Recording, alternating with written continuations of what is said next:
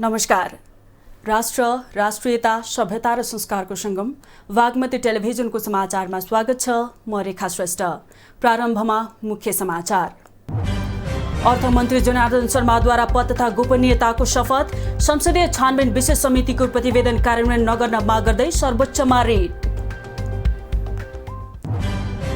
आइतबार शेयर बजार नेप्से 54.58 अङ्कले बढेर परिसूचक 2195 अङ्कमा 4 अर्ब 60 करोड बढेको कारोबार।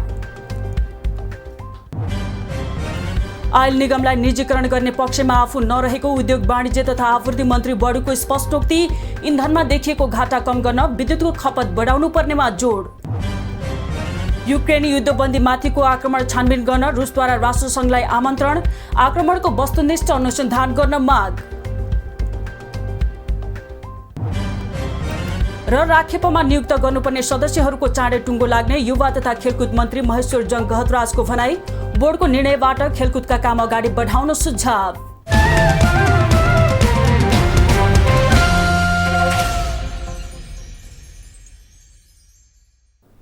सुरु गरौं कोरोना अपडेट सम्बन्धी समाचारबाट। पछिल्लो 24 घण्टामा थप 620 जनामा कोरोना संक्रमण पुष्टि भएको छ भने 1 जनाको मृत्यु भएको छ। स्वास्थ्य तथा जनसङ्ख्या मन्त्रालयका अनुसार 5846 जनाको परीक्षणमा 620 जनामा संक्रमण पुष्टि भएको हो, जसमध्ये 2651 जनाको पीसीआर परीक्षण गर्दा 496 जना र 3195 जनाको एन्टिजेन परीक्षण गर्दा 124 जनामा संक्रमण देखिएको मन्त्रालयको भनाइ छ। यो सँगै कोरोना भाइरसको सक्रिय संक्रमितको संख्या 4567 पुगेको छ। पछिल्लो 24 घण्टामा 297 जना संक्रमण मुक्त भएका छन्, जसमध्ये 4424 जना होम आइसोलेसनमा रहेका छन् भने 143 जना संस्थागत आइसोलेसन र 33 जना आइसियुमा छन्। यस्तै 5 जनाको भेन्टिलेटरमा राखेर उपचार भइरहेको मन्त्रालयले जनाएको छ।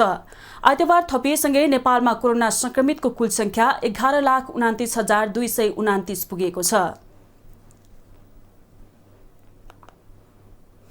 अर्थमन्त्री जनार्दन शर्माले पद तथा गोपनीयताको शपथ लिनुभएको छ। आइतबार साँझ राष्ट्रपति कार्यालयमा आयोजित समारोहमा राष्ट्रपति विद्यादेवी भण्डारीले अर्थमन्त्री शर्मालाई शपथ गराउनु भएको हो।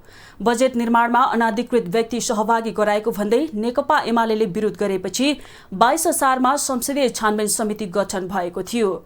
शर्माले त्यसै दिन राजीनामा दिनुभएको थियो, तर संसदीय समितिले शर्मामाथि लागेको आरोप पुष्टि गर्न नसकेपछि प्रधानमन्त्री शेरबहादुर देउवाले शर्मालाई अर्थमन्त्रीमा दोहोर्याउनु भएको हो। संसदीय छानबिन विशेष समितिको प्रतिवेदन कार्यान्वयन नगर्न माग गर्दै सर्वोच्चमा रिट दायर भएको छ। उपभोक्ता हित संरक्षण मञ्चले बजेट निर्माणको क्रममा अनाधिकृत व्यक्तिलाई प्रवेश गराएको सन्दर्भमा छानबिन गर्न गठित संसदीय विशेष समितिको प्रतिवेदन कार्यान्वयन नगर्न आइतबार रिट दायर गरेको हो। समितिले तयार बनाएको प्रतिवेदन लागू हुँदा यसले देशलाई अपूरणीय क्षति हुने मञ्चले जनाएको छ।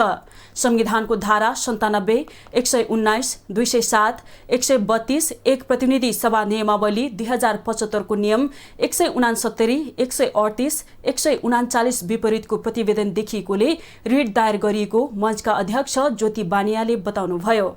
आर्थिक विधेयक 2079 मा करका दर हेरफेर गर्ने सम्बन्धमा अनाधिकृत व्यक्ति प्रवेश गरेको विषयबारे बनेको समितिले यसबारे अनाधिकृत व्यक्तिको प्रवेश, करका दर हेरफेर, सीसीटीभी क्यामेरा आदि सम्बन्धमा भएको छानबिन संसदीय छानबिन नभई न्यायिक प्रकृतिको जाँचबुझ छानबिन र अनुसन्धान गर्नुपर्ने रिट निवेदनमा भनिएको छ। मञ्चले आर्थिक विधेयक 2079 मा करका दर हेरफेर गर्ने सम्बन्धमा अनाधिकृत व्यक्तिको प्रवेश, करका दर हेरफेर, सीसीटीभी क्यामेरा आदि सम्बन्धमा न्यायिक जाँचबुझ छानबिन र अनुसन्धान गर्न जाँचबुझ आयोग ऐन 2026 को दफा 3 बमोजिम उच्च स्तरीय आयोग गठन गर्न गराउन र आयोगको प्रतिवेदन कार्यान्वयन गर्न गराउनु भन्ने समेतको परमादेशको आदेश माग गरेको छ।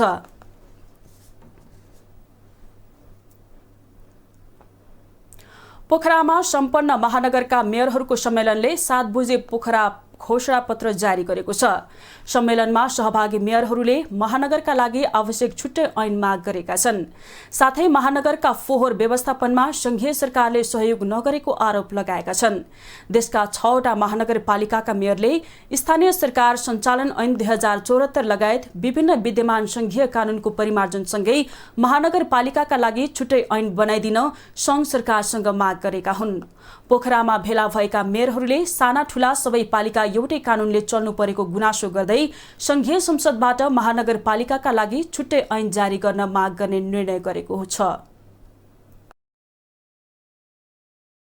महानगरीय सुशासन नीति तथा योजना व्यवस्थापन, विकास, निर्माण र सेवा प्रवाहलाई थप सुदृढ बनाउन स्थानीय सरकार सञ्चालन ऐन 2074 लगायत विभिन्न विशेष क्षेत्रसँग सम्बन्धित विद्यमान संघीय कानूनको परिमार्जन तथा कानूनको निर्माणसँगै महानगरपालिकाका लागि संघीय संसदबाट छुट्टै ऐन जारी गर्न समेत अनुरोध गर्दछौँ।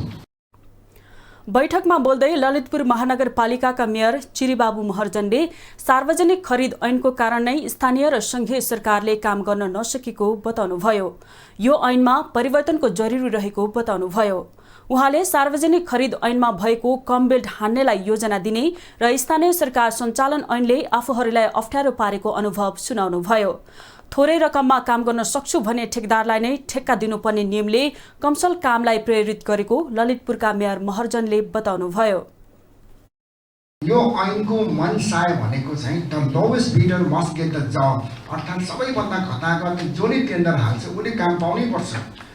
र अब हामीलाई थाहा छ यो काम गर्नको निमित्त यो रामबहादुरको कम्पनीले राम्रो काम गर्छ, तर उसको बिड चाहिँ अब यो लोवेस्ट बिडर भन्दा अलिकति माथि पर्यो भनेर हामीले चाहिँ ल यो राम्रो काम गर्नेलाई काम दिउँ त भनेर भन्यो भने त्यो र त्यो लोवेस्ट बिडरको बिचको जति पैसाको फरक छ त्यो पैसा चाहिँ भ्रष्टाचार गरेको भनेर चाहिँ भन्दैछ। महानगरबीच आपसी समन्वय गरेर अन्य सरकार र राज्यका अङ्ग र निकायसँग सूचना सम्प्रेषण र परामर्श गरेर सहकार्य गर्ने घोषणापत्रमा उल्लेख छ। भेलामा यसअघि 5 वर्ष महानगरको नेतृत्व गरिसक्नुभएका ललितपुर महानगरपालिकाका मेयर चिरीबाबु महर्जन र भरतपुर महानगरपालिकाकी मेयर रेणु दाहालले महानगरको कार्य सम्पादनमा भोग्नु परेका समस्या बारेमा जानकारी गराउनु भएको थियो। मेयरहरूबीच यी विषयमा ध्यान दिन संघ सरकारलाई अनुरोध गर्ने सहमति भएको छ। 2 दिनसम्म चलेको सम्मेलनमा 6 महानगरका मेयर, उपमेयर र प्रमुख प्रशासकीय अधिकृतको सहभागिता थियो। आगामी सम्मेलन भरतपुरमा गरिने भएको छ। समाचारमा एकैछिन विश्राम।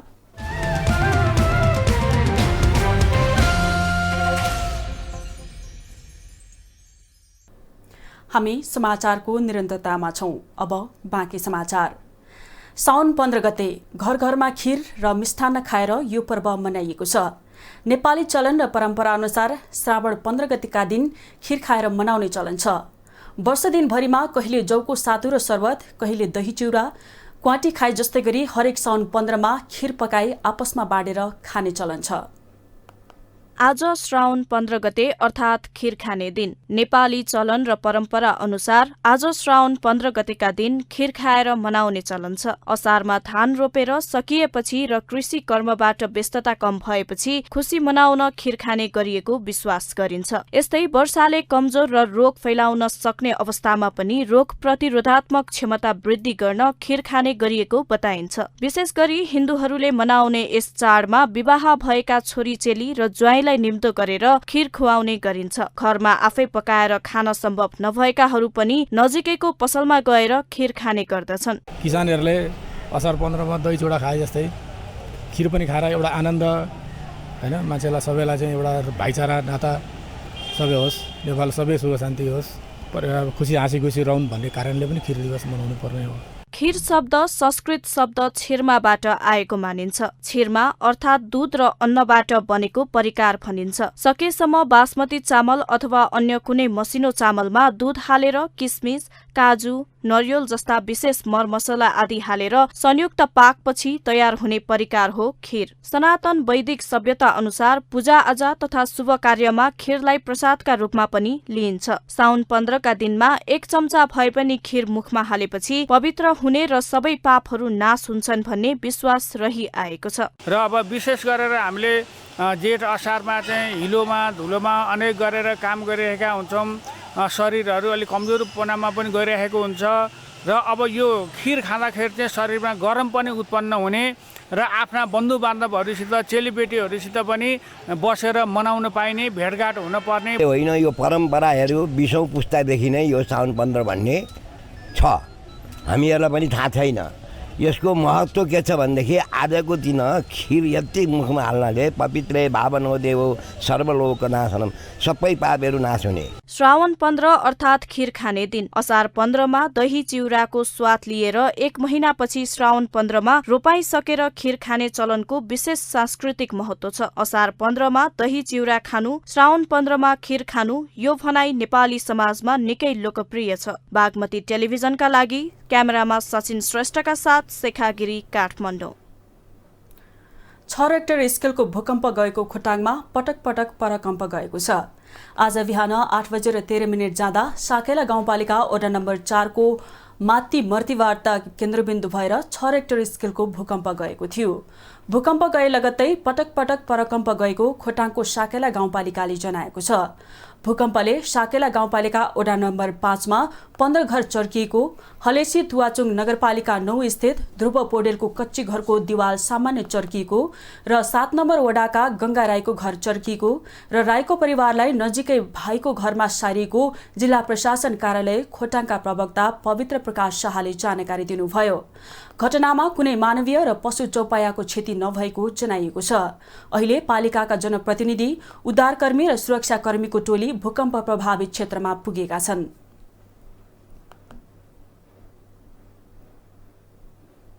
समाचारमा एकैछिन विश्राम।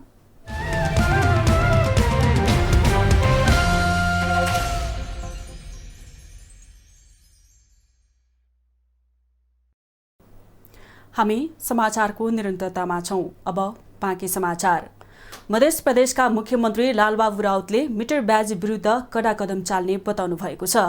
आइतबार मिटर ब्याज विरुद्ध संघर्ष समितिको ज्ञापन पत्र बुझ्दै मुख्यमन्त्री राउतले पीडितको पक्षमा प्रदेश सरकार गम्भीर रहेको उल्लेख गर्दै मिटर ब्याज विरुद्ध कडा कदम चाल्ने आश्वासन दिनुभएको हो।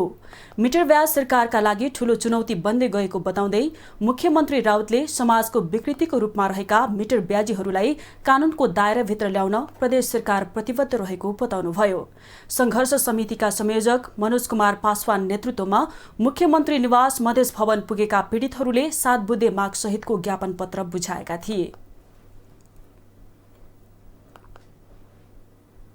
माध्यमिक शिक्षा परीक्षा एसईई ग्रेड वृद्धिको परीक्षा भदौ 11 र 12 गते हुने भएको छ। राष्ट्रिय परीक्षा बोर्डले आज ग्रेड वृद्धि परीक्षाको मिति तय गरेको हो। सी वा सी भन्दा कम ग्रेड प्राप्त गर्ने परीक्षार्थीहरूले बढीमा 2 विषयमा ग्रेड वृद्धि परीक्षा दिन पाउनेछन्।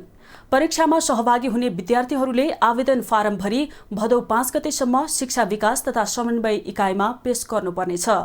अन्तिम ग्रेडमा सी भन्दा कम प्राप्त गरेका विषयहरूमध्ये परीक्षार्थीहरूले आफूले चाहेको विषयमा 2 विषय वा बढीमा 2 विषयसम्म अनुपस्थित रहेका परीक्षार्थीहरूले ग्रेड वृद्धि परीक्षामा सहभागी हुन पाउनेछन्। परीक्षामा सहभागी हुने विद्यार्थीले 500 राजस्व तिरी सम्बन्धित विद्यालयमा फारम भर्न सक्नेछन्।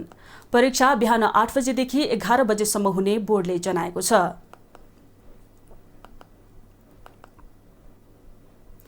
बाह्रखरी मिडिया प्रालीले चौथो बाह्रखरी कथा लेखन प्रतियोगिताको घोषणा गरेको छ। आइतबार काठमाडौँमा पत्रकार सम्मेलनको आयोजना गर्दै बाह्रखरी मिडिया प्राली अन्तर्गतको बाह्रखरी बुक्सले चौथो बाह्रखरी कथा लेखन प्रतियोगिता 2079 घोषणा गरेको हो। नेपाली आख्यान साहित्यमा स्थापित अग्रज साहित्यकारहरूको सम्मान र नवप्रतिभाहरूलाई प्रोत्साहित गर्ने उद्देश्यले विगत 3 वर्षदेखि खुला तथा कथा प्रतियोगिता आयोजना गर्दै आएकोमा यस वर्ष पनि प्रतियोगितालाई निरन्तरता दिएको आयोजकले जनाएको छ। प्रतियोगितामा भाग लिन इच्छुकले आफ्नो कथा आइतबारदेखि भदौ 14 गते भित्र पठाइसक्नुपर्नेछ। प्राप्त कथा मध्येबाट आन्तरिक निर्णायक मण्डलले 50 कथा छनौट गरेर निर्णायक मण्डललाई पठाउने र निर्णायक मण्डलले उत्कृष्ट कथा 2079 पुस्तकका लागि 25 वटा कथा छनौट गर्नेछ। प्रतियोगिता हामीले आह्वान गर्यौं आजैदेखि सुरु भयो र त्यो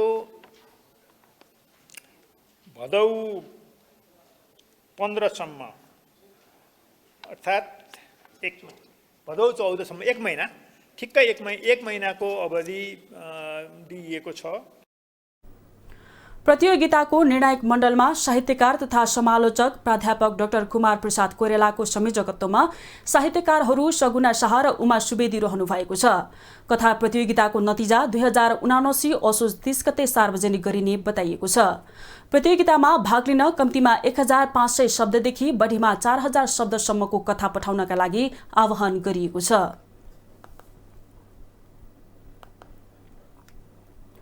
प्रमुख प्रतिपक्षी दल नेकपा एमालेका अध्यक्ष एवं पूर्व प्रधानमन्त्री केपी शर्मा ओलीले तत्कालीन अर्थमन्त्री जनार्दन शर्माको छानबिनका लागि गठित संसदीय विशेष समितिलाई कल डिटेल समेत हेर्न नदिएको भन्दै आक्रोश व्यक्त गर्नुभएको छ। अध्यक्ष ओलीले समितिभित्रै रहेका सत्तारूढ दलका सांसदहरूले नै सो समितिलाई कल डिटेल हेर्न नदिएको जिकिर समेत गर्नुभयो। साउन 15 खीर खाने दिनको अवसर पारेर पार्टी केन्द्रीय कार्यालय च्यासलमा आयोजना गरिएको एक कार्यक्रममा बोल्दै उहाँले तत्कालीन अर्थमन्त्री शर्माको तथ्य बाहिर आउँछ भनेर अर्थ मन्त्रालयको सीसीटीभी फुटेज नै गायब गरिएको दावी समेत गर्नुभयो। ओलीले हाम्रा चाडपर्वहरूले सामाजिक सुसम्बन्धलाई बलियो बनाउनको लागि पनि स्पष्ट पार्नुभयो। उहाँले प्रधानमन्त्री शेरबहादुर देउबा पत्नी आर्जु देउवाले भारतीय जनता पार्टीका विदेश विभाग प्रमुख विजय चौथावालेलाई जनै पूर्णिमाको दिन राखी बनाइदिएको तर्फ संकेत गर्दै त्यसमा पनि राजनीति भइरहेको बताउनुभयो।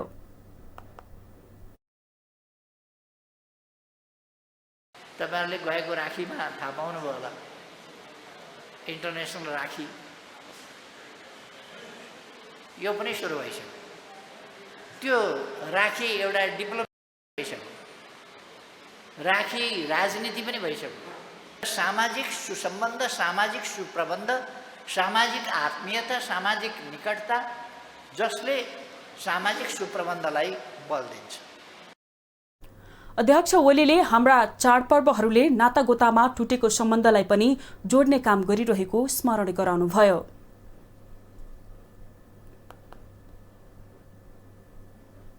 अब आर्थिक समाचार।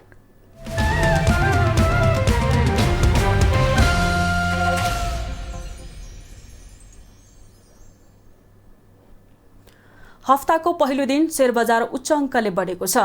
आइतबार नेप्से 54.58 अङ्कले बढेर परिसूचक 2195.10 बिन्दुमा पुगेको छ। 220 वटा कम्पनीका 1,13,39,476 किता शेयर 4,60,97,91,272 रुपियाँमा कारोबार भएको छ। यस्तै क वर्गका कम्पनीहरूको कारोबार मापन गर्ने सेन्सिटिभ इन्डेक्स 9.70 अङ्कले बढेर 419.20 बिन्दुमा पुगेको छ। सबैभन्दा धेरै शिवम सिमेन्ट्सको 21,34,00,000 रुपियाँको शेयर किनबेच भयो। फाइनान्स बाहेक सबै समूहको शेयर बढेकोमा बीमा समूहको शेयर उच्च अङ्कले उकालो लागेको छ। यस्तै जीवन बीमा समूहको शेयर 412 र निर्जीवन बीमा कम्पनीको शेयर 374 अङ्कले बढेको छ।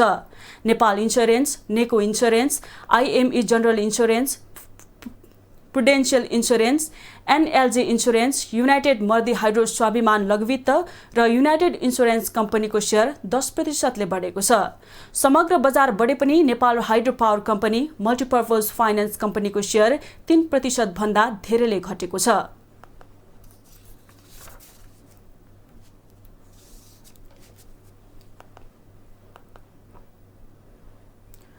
संस्कृति, पर्यटन तथा नागरिक उड्डयन मन्त्री जीवनराम श्रेष्ठले युरोपियन युनियनले नेपालको हवाई क्षेत्रलाई छिट्टै कालो सूचीबाट हटाउने बताउनु भएको छ। आइतबार नेपाल नागरिक उड्डयन प्राधिकरणले आयोजना गरेको आर्थिक वर्ष 2079-80 को बजेट तथा कार्यक्रम सम्बन्धी पत्रकार भेटघाट कार्यक्रममा बोल्दै मन्त्री श्रेष्ठले छिट्टै नेपाललाई युरोपियन युनियनले कालो सूचीबाट हटाउने बताउनु भएको हो। उहाँले आइकाओले गरेको अडिट अनुसार नेपालको हवाई क्षेत्र राम्रो रहेको बताउनुभयो। उहाँले सम्बन्धित पक्षले नेपाल नागरिक उड्डयन प्राधिकरणलाई पत्राचार गरेर अनसाइट अडिट पठाउँछौ भनिसकेको उल्लेख गर्दै त्यसपछि नेपाल कालो सूचीबाट हट्ने बताउनुभयो। तर्फबाट हामीलाई जुन लिस्टेड भइरहेको स्थिति हो त्यसबाट अनसाइट अडिट भइसकेपछि हामी चाहिँ नि यो लिस्टेडबाट हट्छौँ र हामी युरोप फ्लाइटहरू पनि गर्न सक्ने एउटा स्थिति निर्माण हुन्छ भन्ने मलाई लाग्छ। उहाँले भैरवा विमानस्थललाई पूर्ण रूपमा सञ्चालन गरिने बताउनुभयो। त्यसका लागि नयाँ विमानहरूलाई आकर्षित गर्ने र सुविधाहरू दिइने उहाँको भनाइ छ। त्यस्तै गौतम बुद्ध अन्तर्राष्ट्रिय विमानस्थलमा पनि जहाजहरू बढाएर पूर्ण रूपमा सञ्चालन गरिने उल्लेख गर्नुभयो। नेपाल एयरलाइन्सको तर्फबाट ग्राउन्ड ह्यान्डलिङका कुराहरूलाई पनि अहिले केही त्यसलाई रिभ्यू गर्ने काम पनि भइसकेको छ र त्यसमा केही छुट अझ हामीले चाहिँ नि दिने कुराहरू गरेका छौँ। त्यो कामहरू अगाडि बढाउँछौँ र त्यसरी यो गौतम बुद्ध अन्तर्राष्ट्रिय विमानस्थल पनि अहिलेको अवस्थाभन्दा अझ जहाजको सङ्ख्याहरू बढ्ने र त्यो फुल फ्लेजमा सञ्चालन हुने स्थितिहरू बन्छ। मन्त्री श्रेष्ठले विमानस्थललाई समृद्ध बनाउन आवश्यक रहेको बताउनुभयो। उहाँले अन्तर्राष्ट्रिय विमानस्थल र आन्तरिक विमानस्थललाई सुदृढ, व्यवस्थित र प्रभावकारी बनाइने स्पष्ट पार्नुभयो।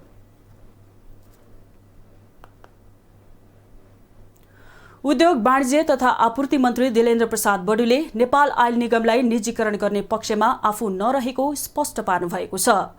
अरबौं कमिसन लिएर निगमलाई निजीकरण गर्न लागि भन्ने चर्को भइरहेका बेला मन्त्री बडुले आफू त्यसको पक्षमा नरहेको स्पष्टीकरण दिनुभएको हो।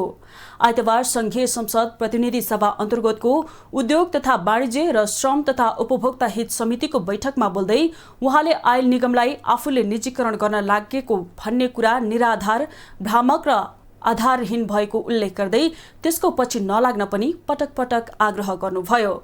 मन्त्री बडुले प्रमुख प्रतिपक्षी दल नेकपा एमालेका अध्यक्ष केपी शर्मा ओली प्रति संकेत गर्दै अरबौंको कमिसन लिएर निगमलाई निजीकरण गर्न लागेको भन्ने गैर जिम्मेवार अभिव्यक्ति दिएको भन्दै असन्तुष्टि समेत व्यक्त गर्नुभयो। उहाँले आफूले नेपाल आयल निगमको निजीकरण नभई त्यसलाई पारदर्शी बनाउन चाहेको दावी समेत गर्नुभयो।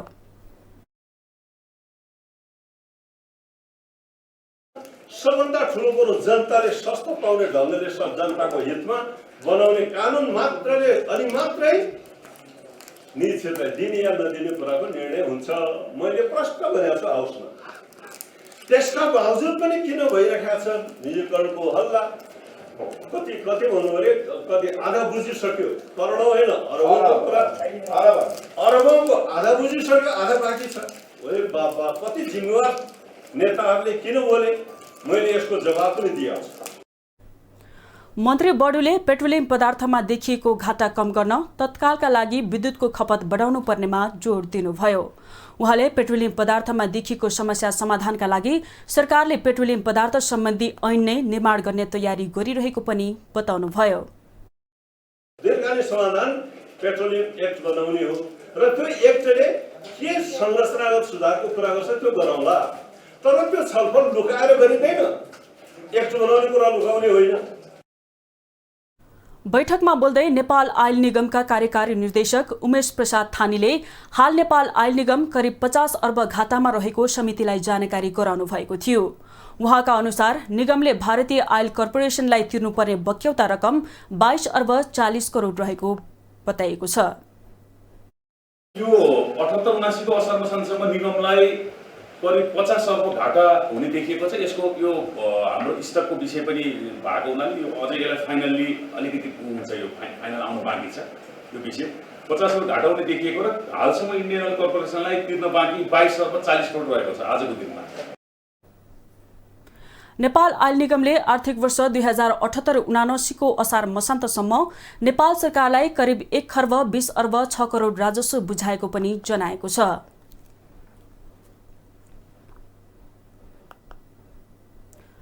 ऊर्जा, जलस्रोत तथा सिंचाई मन्त्री पम्फा भुसालले विद्युतीय उत्पादन गर्ने लाइसेन्स लिएर विद्युत उत्पादन नगर्ने कम्पनीको पीपीए खारेज गर्ने बताउनु भएको छ। आइतबार नेपाल आर्थिक पत्रकार समाज सेजनले क्रस बोर्डर विद्युत व्यापारमा खुला पहुँच र प्रसारण मूल्य निर्धारणलाई प्राथमिकता विषयक परामर्श कार्यशाला कार्यक्रममा बोल्दै मन्त्री भुसालले सरकार विद्युत उत्पादन गर्नको लागि अनुमति पत्र लाइसेन्स लिएर पीपीए गर्ने तर विद्युत उत्पादन नगर्ने कम्पनीको पीपीए खारेज गर्ने तयारीमा रहेको बताउनु भएको हो। उहाँले पछिल्लो समय सरकारसँग करिब 1600 मेगावाट जलविद्युत आयोजनाहरू टेक एन्ड पे प्रावधानमा पीपीए भएर पनि निर्माण कार्य नभएको भन्दै पीपीए खारेज गर्ने बताउनुभयो।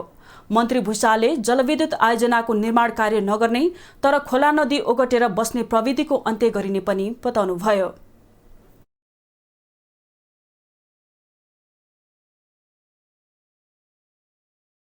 लाइसेन्स लिने, पिपिए गर्ने, तर निर्माणमा नगई खोला नदी ओगटेर बस्ने प्रवृत्तिलाई निस्तेज गरी वास्तविक प्रवर्तकहरूलाई प्रोत्साहन गर्नेतर्फ हामीले कदम चाल्न आवश्यक भइसकेको छ। हामी मन्त्रालयमा यो बारे छलफल पनि गरेका छौँ। अब क्यान्सल गर्नेमा जानुपर्छ। मन्त्री भुषालले यही प्रतिनिधि सभाको अधिवेशनबाट नयाँ विद्युत ऐन पेश गरेर पास गर्ने तयारी गरेको बताउनुभयो। उहाँले नयाँ विद्युत ऐन व्यापक छलफल भएर राष्ट्रिय सभामा रहेको बताउनुभयो। प्रतिनिधि सभाबाट विद्युत ऐन पास हुने ग्यारेन्टी भए मात्रै पेश गर्ने सोचमा रहेको मन्त्री भुषालको भनाइ थियो। यो सेसन कति दिन चल्छ प्रतिनिधि सभा र पास हुने ग्यारेन्टी भए राष्ट्रिय सभाबाट निकालेर हामी त्यहाँ ल्याउने, पास नहुने भयो भने यो संसद अब त चुनावमा जाने हो, त्यसै फेरि जिरोबाट सुरु हुन्छ। त्यो चाहिँ नगराउँ भनेर हामी एकदम वेट एन्ड सीमा बसेछौँ। त्यस्तै कार्यक्रममा बोल्दै राष्ट्रिय योजना आयोगका उपाध्यक्ष डाक्टर विश्वनाथ पौडेलले जलविद्युत उत्पादनको लागत कम गर्ने भन्दा पनि प्रतिस्पर्धी बनाउनु पर्ने बताउनुभयो। उहाँले विद्युत प्रसारण लाइन सरकार वा निजी क्षेत्र जसले बनाए पनि कम लागतमा बनाउने अवस्था सृजना गर्न आयोग तयार रहेको बताउनुभयो। प्राइभेट सेक्टरलाई जेनेरेसनमा कम्पिटिसनमा लैजाऊ, ट्रान्समिसन लाइन एकदम कम्पिटिटिभली सरकारले बनाए पनि जसले बनाए पनि एकदमै लो कस्टमा बनाउन सक्ने स्थिति क्रिएट गरौँ र उसले त्यसलाई जसरी हाइवेमा चाहिँ प्राइभेट गाडी पनि चल्छ, सरकारी गाडी पनि चल्छ, त्यस्तै गरेर चाहिँ यो बिजुलीहरू चल्न दिउँ। मार्केट कसैले खोज्छ भने खोज्न दिउँ, बेचोस् कमाओस् पैसा भन्ने त्यही हो हैन, बेसिकली गेम त्यही हो। उपाध्यक्ष पौडेलले नेपालको विद्युत व्यापारको विषयमा धेरै बहस गर्न आवश्यक नभएको भन्दै नेपालमा उत्पादित विद्युत सकेसम्म नेपालमा नै खपत गर्न सक्नुपर्नेमा जोड दिनुभयो।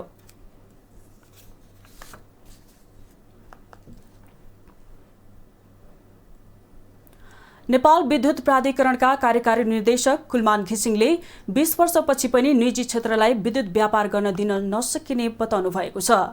आइतबार नेपाल आर्थिक पत्रकार समाज सेजनले क्रस बोर्डर विद्युत व्यापारमा खुला पहुँच र प्रसारण मूल्य निर्धारणलाई प्राथमिकता विषयक परामर्श कार्यशाला कार्यक्रममा बोल्दै निर्देशक घिसिङले यस्तो बताउनु भएको हो। उहाँले विद्युत प्राधिकरणले ट्रान्समिसन प्रसारण लाइनको जोखिम र शुल्क तिर्ने र 20 वर्षपछि निजी क्षेत्रलाई व्यापार गर्न दिने कुरा हुन नसक्ने स्पष्ट पार्नुभयो। हामी 1 वर्षभित्र करिब 5 अरबको हामीले एक्सपोर्ट गरेछौँ भनेपछि यो वर्ष हामी करिब 15-16 अरब भन्दा पनि बढी गर्छौँ भन्ने हामीलाई लागेको छ। त्यो कारणले यो हामीले जुन इनर्जीको लागि हामीले रिस्क लिएको थियौँ, अब 20 वर्षपछि यसलाई टर्मिनेट गरेर प्राइभेटलाई दिउँ र उहाँले ट्रेडिङ गर्न दिउँ, त्यो चाहिँ हुन सक्दैन। कार्यकारी निर्देशक घिसिङले सिमेन्ट उद्योगमा 65% विद्युत क्षमता दिन नसकेको विषय गलत भएको बताउनुभयो। उहाँले अहिले सबै उद्योगमा 100% क्षमता विद्युत दिएको दावी गर्नुभयो। निर्देशक घिसिङले उद्योगहरूमा विद्युतमा सामान्य समस्या हुँदा पनि ठूलो मुद्दा बनाउने काम भइरहेको भन्दै त्यस्तो नगर्न आग्रह गर्नुभयो। हामीले लिनेलाई अहिले तत्काल लिनु भनेका छौँ। 1-2 दिन कुनै बेला चाहिँ भैरवमा प्रब्लम भयो, चाहिँ ट्रान्सफर्मरको प्रब्लम भयो, अहिले सल्भ भइसक्यो। 1-2 दिन समाधान हुन्छ, त्यसैले ठुलो बनाइदिनुहुन्छ। कुनै पनि इन्डस्ट्रीले कुनै पनि उसले अहिले लोड नपाएको भन्ने छैन। उहाँले जति माग्नुहुन्छ हामी दिन्छौँ। अघि नै आयो, अब इन्भेस्टमेन्ट भनेको हामीले ट्रान्समिसन र सबस्टेसनमा गर्नुपर्छ, त्यो हामी लागिरहेछौँ। त्यस्तै कार्यक्रममा ऊर्जा मन्त्रालयका सचिव सुशील चन्द्र तिवारीले विद्युत उत्पादन र व्यापारको लागि ऊर्जा मन्त्रालयले आवश्यकता अनुसार नीतिहरू परिमार्जन गर्दै गएको बताउनुभयो। उहाँले जलविद्युत क्षेत्रको विकासको लागि लगानी बढाउन आवश्यक रहेको बताउनुभयो। पनि बढाउनु पनि आवश्यक छ। त्यसकारण हामीले प्राइभेट सेक्टरले वास्तवमा जेनेरेसनको पार्टमा जुन खालको कन्ट्रिब्युसन गरिरहेको छ त्यो ठुलो हो। त्यसै गरी हामीले अरू पार्टमा पनि हामीले इन्भेस्टमेन्ट कसरी बढाउन सकिन्छ, हुनसक्छ private sector investment, government investment र साथसाथै अर्को एफटिआई पनि हामीले कसरी इन्क्रिज गर्न सकिन्छ भन्ने कुराहरू पनि हामीले त्यो पाटोतिर पनि सोध्नुपर्छ लाग्छ मलाई। सचिव तिवारीले जलविद्युतमा सरकार र निजी क्षेत्रले समेत लगानी बढाउनु पर्ने बताउनुभयो। उहाँले जलविद्युत क्षेत्रको उच्च विकासको लागि वैदेशिक लगानीको पनि आवश्यकता रहेको बताउनुभयो।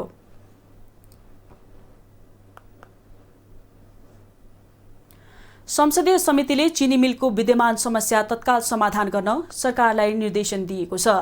आइतबार सिंहदरबारमा बसेको संघीय संसद प्रतिनिधि सभा अन्तर्गतको उद्योग तथा वाणिज्य र श्रम तथा उपभोक्ता हित समितिको बैठकले सरकारवाला मन्त्रालय र सम्बन्धित पक्षसँग आवश्यक छलफल गरी चिनी मिलको विद्यमान समस्या तत्काल समाधान गर्न उद्योग वाणिज्य तथा आपूर्ति मन्त्रालयलाई निर्देशन दिने निर्णय गरेको हो।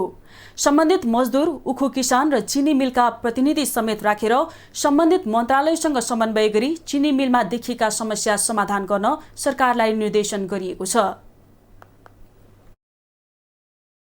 यस सम्बन्धमा सम्बन्धित मजदुर, किसान र व्यवस्थापक कारखानाका प्रतिनिधि समेत राखी सम्बन्धित अन्य निकायका मन्त्रालयसँग समन्वय गरी आवश्यक छलफल गरी यसको समस्या समाधान गर्न निर्देशन दिने भने आफूलाई निर्देशन।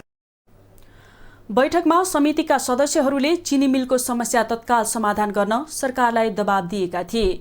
प्रमुख प्रतिपक्षी दल नेकपा एमालेकी सांसद सरिता कुमारी गिरीले चिनी मिलमा देखिएका समस्या समाधान गर्न सरकार गम्भीर नभएको आरोप लगाउनुभयो। उहाँले उखुको मूल्य निर्धारण गर्दा सरकारले उखु किसानको प्रतिनिधित्व नगराएकोमा पनि आपत्ति जनाउनुभयो। उखुको मूल्य तोक्दाखेरि अनि सरकार र व्यापारी मिलेर तोक्ने हो होइन, किसानले राखेर उखुको मूल्य तयारी गर्नुपर्छ। किनभने 1 मेट्रिक टन उखु उत्पादन गर्न कति खर्च लाग्छ तपाईलाई थाहा हुन्छ, हामी थाहा हुन्छ, हुन त किसानलाई थाहा हुन्छ। त्यसले गर्दा यसमा किसानको पनि सहभागिता हुनु पर्यो। समितिका अर्का सदस्य लालप्रसाद सावा लिम्बुले पनि चिनी मिल बन्द हुन नदिन सरकार गम्भीर हुनुपर्ने बताउनुभयो। दाङको टरी गाउँ विमानस्थलबाट विमानमा इन्धन भर्नका लागि ल्याइएको बाउजर फिर्ता लैजाने भएपछि स्थानीयवासीले विमानस्थलको हवाई इन्धन डिपोको गेटमा ताला लगाएका छन्। तुलसीपुर उपमहानगरपालिकाकी उपमेयर स्यानी चौधरीको नेतृत्वमा गएको उद्योगी व्यवसायी र जनप्रतिनिधिको टोलीले विमानस्थलको बाउजर ट्याङ्कर र इन्धन ट्याङ्की राखेको गेटमा बाहिरबाटै ताला लगाइदिएका हुन्। आइतबार बाउजर मेसिन काठमाडौँ फिर्ता लैजाने खबर पाएसँगै उपमेयर चौधरी लगायतको टोली विमानस्थल पुगेको हो।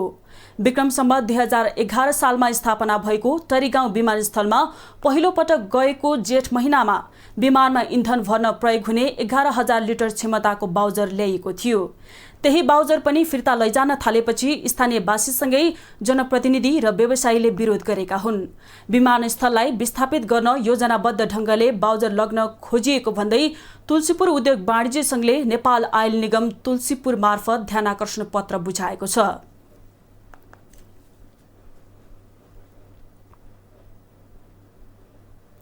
अब अन्तर्राष्ट्रिय समाचार।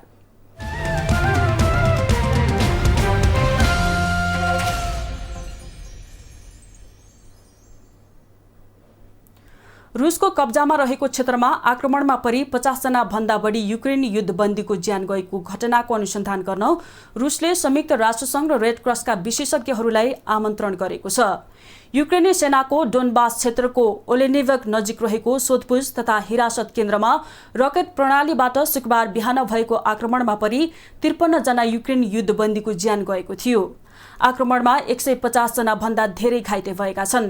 यो आक्रमणलाई लिएर रुस र युक्रेनले एकअर्कालाई दोष लगाइरहेको बेला रुसले अनुसन्धानका लागि संयुक्त राष्ट्रसंघ र रेड क्रसका विशेषज्ञहरूलाई आमन्त्रण गरेको एएनआईले जनाएको छ।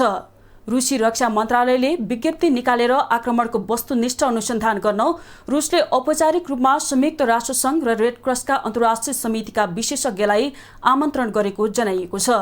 रुसले गएको फेब्रुअरी 24 तारिकदेखि युक्रेनमा विशेष सैन्य कारबाही सुरु गरेको हो।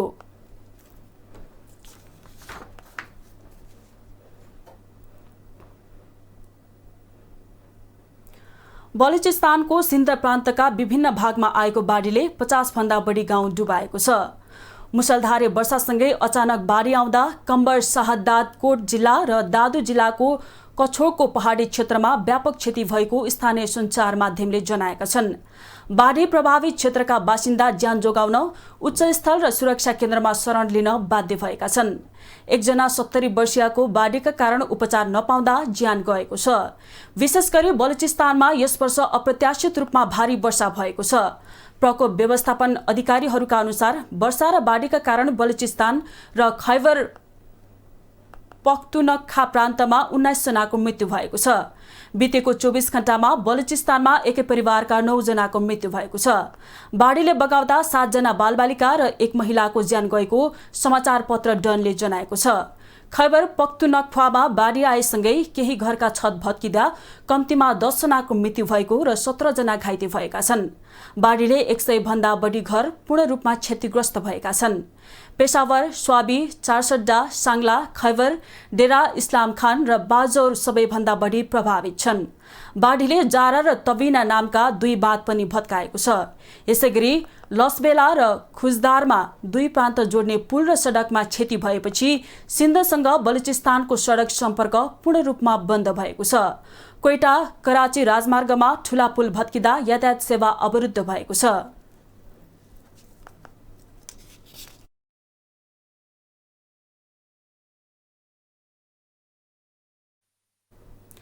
युक्रेनका राष्ट्रपति भोलोदिमिर जेलेन्स्कीले पूर्वी डोनेट्स्क क्षेत्रमा बसिरहेका नागरिकलाई खाली गर्न आग्रह गर्नुभएको छ।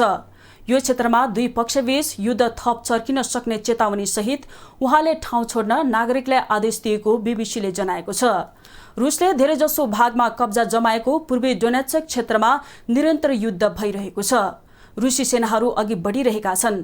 राष्ट्रपति जेलेन्स्कीका अनुसार अझै हजारौं नागरिक त्यस क्षेत्रमा फँसेका छन् र उनीहरूलाई आवश्यक सहयोग पनि निरन्तर भइरहेको छ।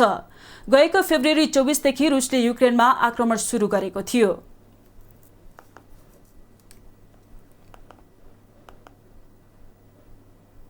अब खेलकुद समाचार।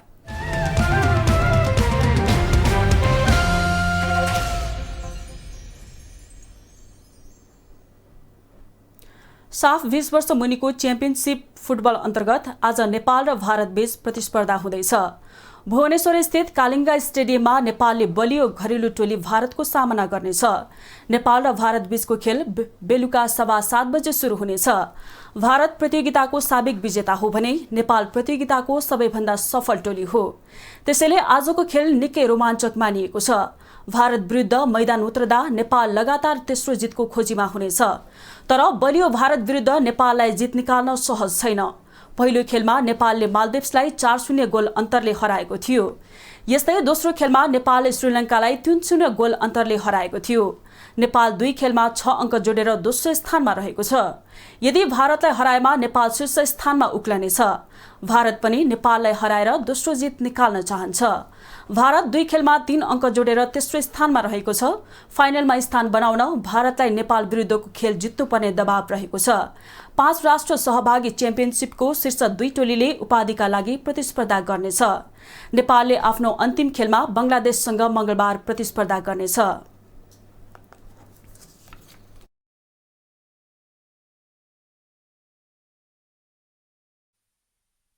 युवा तथा खेलकुद मन्त्री महेश्वर जङ गहतराजले राष्ट्रिय खेलकुद परिषद राखेपामा नियुक्त गर्नुपर्ने सदस्यहरूको चाँडै टुङ्गो लाग्ने बताउनु भएको छ।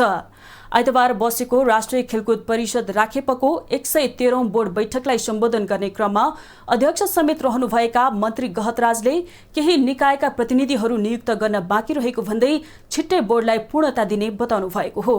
ओलम्पिकको प्रतिनिधि, पाराओलम्पिकको प्रतिनिधि, विश्वविद्यालयको प्रतिनिधि र राखेपकै एक सदस्य आउन बाँकी छ। नयाँ आर्थिक वर्ष सुरु भएसँगै वार्षिक कार्ययोजना बनाउनका लागि राखेपको पहिलो बोर्ड बैठक बसेको हो। बोर्ड सदस्य हरि खड्का नेपाल पुलिसमा जागिरी रहँदा गलत प्रमाणपत्र बुझाएकोमा अदालतबाट दोषी ठहर भएपछि खड्काको पद स्वतः रिक्त थियो। सोही पद र अन्य निकायका सदस्य नियुक्त गर्न बाँकी छ। मन्त्री गहतराजले यद्यपि बोर्डले पूर्ण आकार पाइसकेको बताउनुभयो। पक्षमा हेर्दाखेरि उहाँले गलत गरेको भन्ने अदालतले उहाँलाई दोषी करार गरिसकेको अवस्था पनि छ। त्यस अवस्थामा दोषी करार गरिसकेपछि स्वतः उहाँ यो पदमा नरहेको अवस्था विद्यमान छँदैछ। यद्यपि यी यावत कुराहरू हुँदाहुँदै पनि अहिले परिषद पूर्ण छ।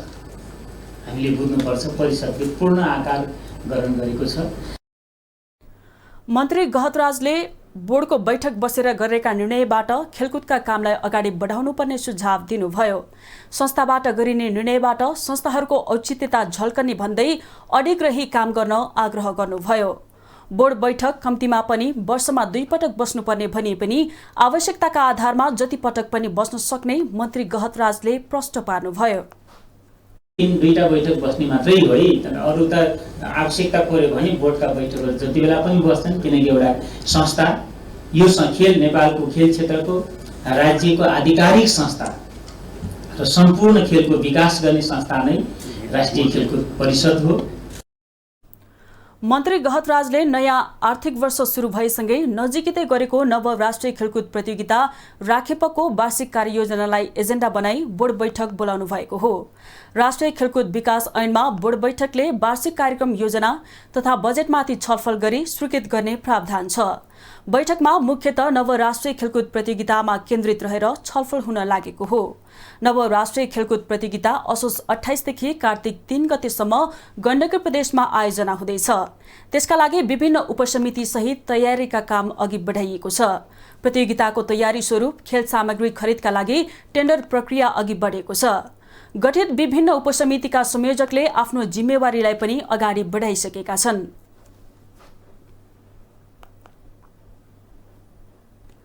महिला युरोकप 2022 को फाइनल खेल आज हुँदैछ। उपाधिका लागि इङ्ल्यान्ड र जर्मनी खेल्दैछन्। खेल बेम्बलीमा राति 9:15 बजे सुरु हुनेछ। आजको खेल जितेमा इङ्ल्यान्डले महिला विश्वकप फुटबलमा नयाँ इतिहास रच्नेछ। जर्मनीले 8 पटक महिला युरोकपको उपाधि जितेको छ। आयोजक इङ्ल्यान्ड त्यही मैदानमा खेल्न लागेको छ, जहाँ पुरुष टोलीले सन् 1966 को विश्वकपमा पश्चिम जर्मनीलाई हराएर उपाधि जितेको थियो। पहिलो सेमी फाइनलमा इङ्ल्यान्डले स्विडेनलाई 4-0 र दोस्रो सेमी फाइनलमा जर्मनीले फ्रान्सलाई 2-1 गोलले हराउँदै फाइनलमा पुगेको हो।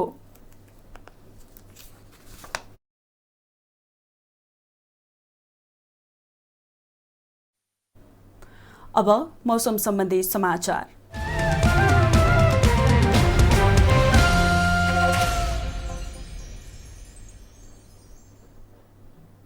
आज राति देशभर सामान्यदेखि पूर्ण बदली रहनेछ। देशको धेरै स्थानहरूमा मेघगर्जन, चट्यान सहित हल्कादेखि मध्यम वर्षाको सम्भावना रहेको छ।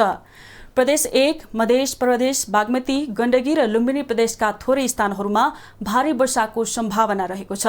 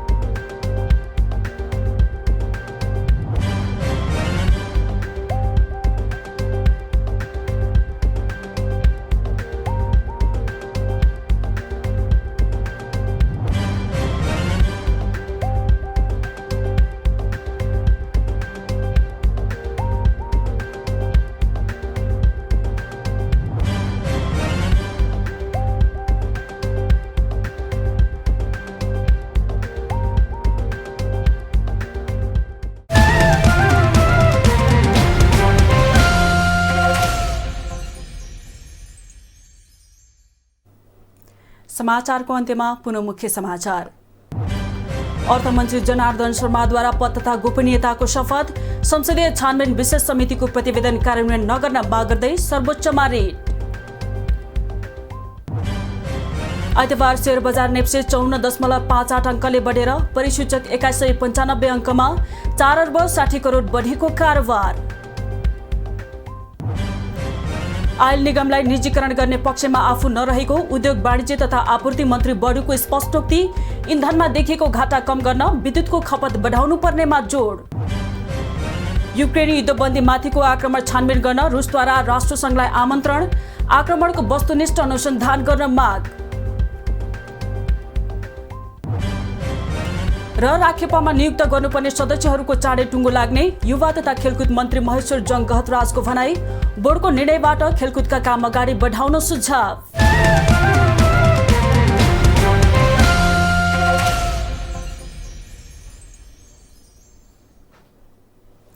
राष्ट्र, राष्ट्रियता, सभ्यता र संस्कार संरक्षणमा समर्पित वाग्मती टेलिभिजनमा प्रसारण भइरहेको समाचार अहिलेलाई यति नै। हेर्दै रहनुहोला वाग्मती टेलिभिजन। नमस्कार।